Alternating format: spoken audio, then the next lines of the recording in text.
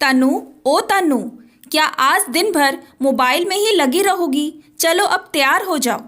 प्रिया थोड़ा गुस्से में बोली। हाँ मौसी, अभी तैयार होती हूँ, बोलकर तनु प्रिया के पास गई और उसके गले में बाहें डालकर लाड दिखाने लगी। मेरी अच्छी मौसी, तुम नहीं जानती, मैं इस बार 20 साल की हो गई हूँ। मतलब कि टीनेज पूरी कर ली है और हॉस्टल से दूर भी हूँ, तो सब लोग इंस्टाग्राम पर स्टोरी डाल रहे हैं, इतने मैसेज कर रहे हैं, तो आप ही बताओ अब क्या सबको जवाब नहीं दूँ मैं? इसीलिए मोबाइल में लगी हूँ। तनु अपनी बात को समझाते हुए बोली और प्रिया से पूछा, अच्छा एक बात बताइए मौसी, आप लोग कैसे मनाते थे बर्थडे वगैरह, सेलिब्रेट कैसे करते थे? बेटा, हम तो बहुत ही खास जनरेशन के लोग हैं। हम तो तुम सब की तरह इंटरनेट का भी मज़ा ले रहे हैं और अपनी मम्मी की तरह कार्ड्स और चिट्ठी का भी मज़ा लिया है। हमारे समय में तो एक होड़ सी लगी रहती थी कि किसका कार्ड एग्जैक्ट उसी दिन पहुंचेगा, ना एक दिन पहले ना एक ही दिन बाद में। प्रिया ने हंसकर जवाब दिया। बातें करते हुए दोनों तैयार होती रहीं। प्रिया तनु को बाहर ले जा रही थी खाना खिलाने। तनु प्रिया की बड़ी बहन की इकलौती बेटी है। जीजा जी को ट्रेनिंग के लिए कंपनी की तरफ से अमेरिका जाना था। साथ में दीदी भी जा सकती थी, लेकिन वह तनु को हॉस्टल में अकेला छोड़कर जाना नहीं चाहती थी। प्रिया ने दीदी को जबरदस्ती भेज दिया और कहा, सिर्फ 6 महीने की तो बात है तनु, छुट्टियों में मेरे पास आकर रह लेगी, मेरा भी अकेलापन दूर हो जाएगा। यह क्या मौसी, क्या पहना है आपने बूढ़ों जैसा? प्रिया को देख तनु बोली। इसमें क्या बुराई है, बोलो तो ज़रा तुम। प्रिया बोली, मौसी कोई अच्छा सा पहनो, एकदम तड़कता भड़कता पार्टी जैसा। मुझसे तुम 13 साल ही बड़ी हो, यह 100 साल बड़ी जैसा बिहेव मत किया करो। अच्छा जी मैडम जी, चलो आज आपकी बात मान लेती हूँ। अच्छा मौसी, आप इतनी ब्यूटीफुल हैं, आपने शादी क्यों नहीं करी? तनु ने सवाल किया। क्योंकि अगर शादी करती, तुम्हारी जैसी एक शैतान लड़की मेरी भी हो जाती, फिर कैसे संभालती 2-2 लड़कियों को, इसीलिए नहीं करी। प्रिया बोली। फिर दोनों हंस पड़े। खाना खा पी के वापस आने के बाद तनु तो सो गई, लेकिन प्रिया की आंखों से आज नींद कोसों दूर है। शादी वाले सवाल के कारण उसका दिल अतीत की गलियों में घूमने लगा, जहां वह फिर शेखर से रूबरू हो गई।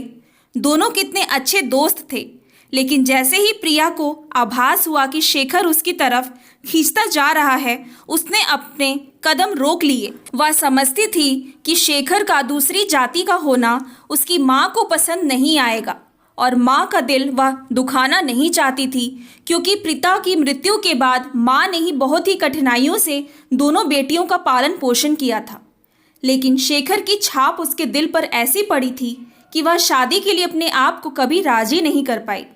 आज शेखर कहाँ होगा, कैसा होगा, अब तक तो उसकी शादी हो गई ही होगी। यह सब सोचते सोचते उसकी कब आंख लग गई पता ही नहीं चला।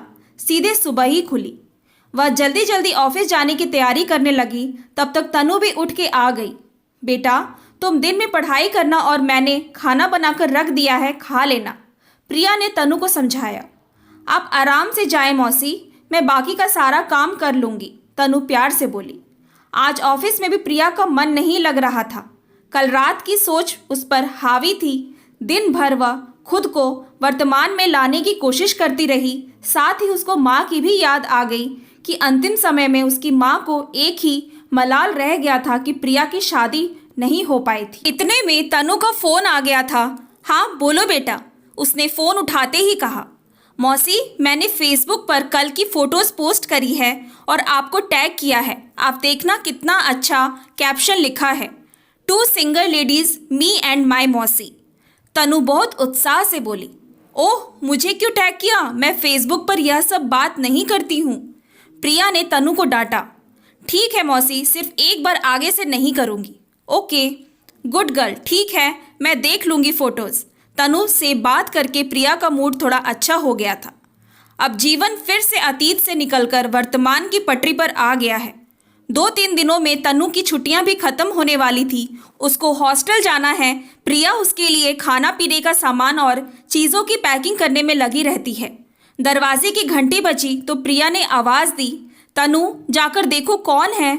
मौसी, कुरियर से कुछ सामान आया है। आपने कुछ मंगवाया था क्या? मैंने नहीं मंगवाया, अभी देखती हूँ, हो सकता है ऑफिस से कुछ आया हो। तुम रख दो। तनु पैकेट मेज पर रखकर अंदर चली गई। प्रिया अपना काम करती रही। कुछ देर बाद प्रिया पार्सल का पैकेट खोलते हुए बेडरूम में चली गई कि आराम से देखेगी क्या है, क्योंकि पैकेट में नाम नहीं दिख रहा था किसने भेजा है। पैकेट खोलते ही वह एकदम चौंक गई। अंदर बहुत ही सुंदर सी पायल है और एक पत्र भी। किसने भेजा है? बड़ी उत्सुकता के साथ उसने पत्र खोला। डियर प्रिया, तुमने पायलिया वाले गाने पर कॉलेज के प्रोग्राम में डांस किया था, तभी तुम्हारे लिए पायल भेज रहा हूँ। वह डांस आज भी मुझे अच्छी तरह याद है। तुमको नहीं पता, लेकिन मैं कुछ महीनों से फेसबुक पर तुमको ढूंढ लिया और फॉलो कर रहा था। फ्रेंड रिक्वेस्ट नहीं भेजी, सोचा तुम्हारा परिवार होगा। मेरा डिस्टर्ब करना ठीक नहीं, लेकिन 4 दिन पहले फोटो देखी तुम्हारी। शायद तनु है वह, तुम्हारे साथ तुम्हारी भांजी, जिसकी बातें तुम कॉलेज में भी बहुत करती थी। तुम अपने उसी पुराने घर में रहती हो, यह भी जान गया, तभी यह पार्सल भेज पा रहा हूँ, क्योंकि उस घर का पता मुझे मालूम है। मेरे घर वाले मुझ पर दबाव डाल रहे हैं शादी करने का। मैं अब तक टालता रहा क्योंकि तुम सा कोई मिला ही नहीं।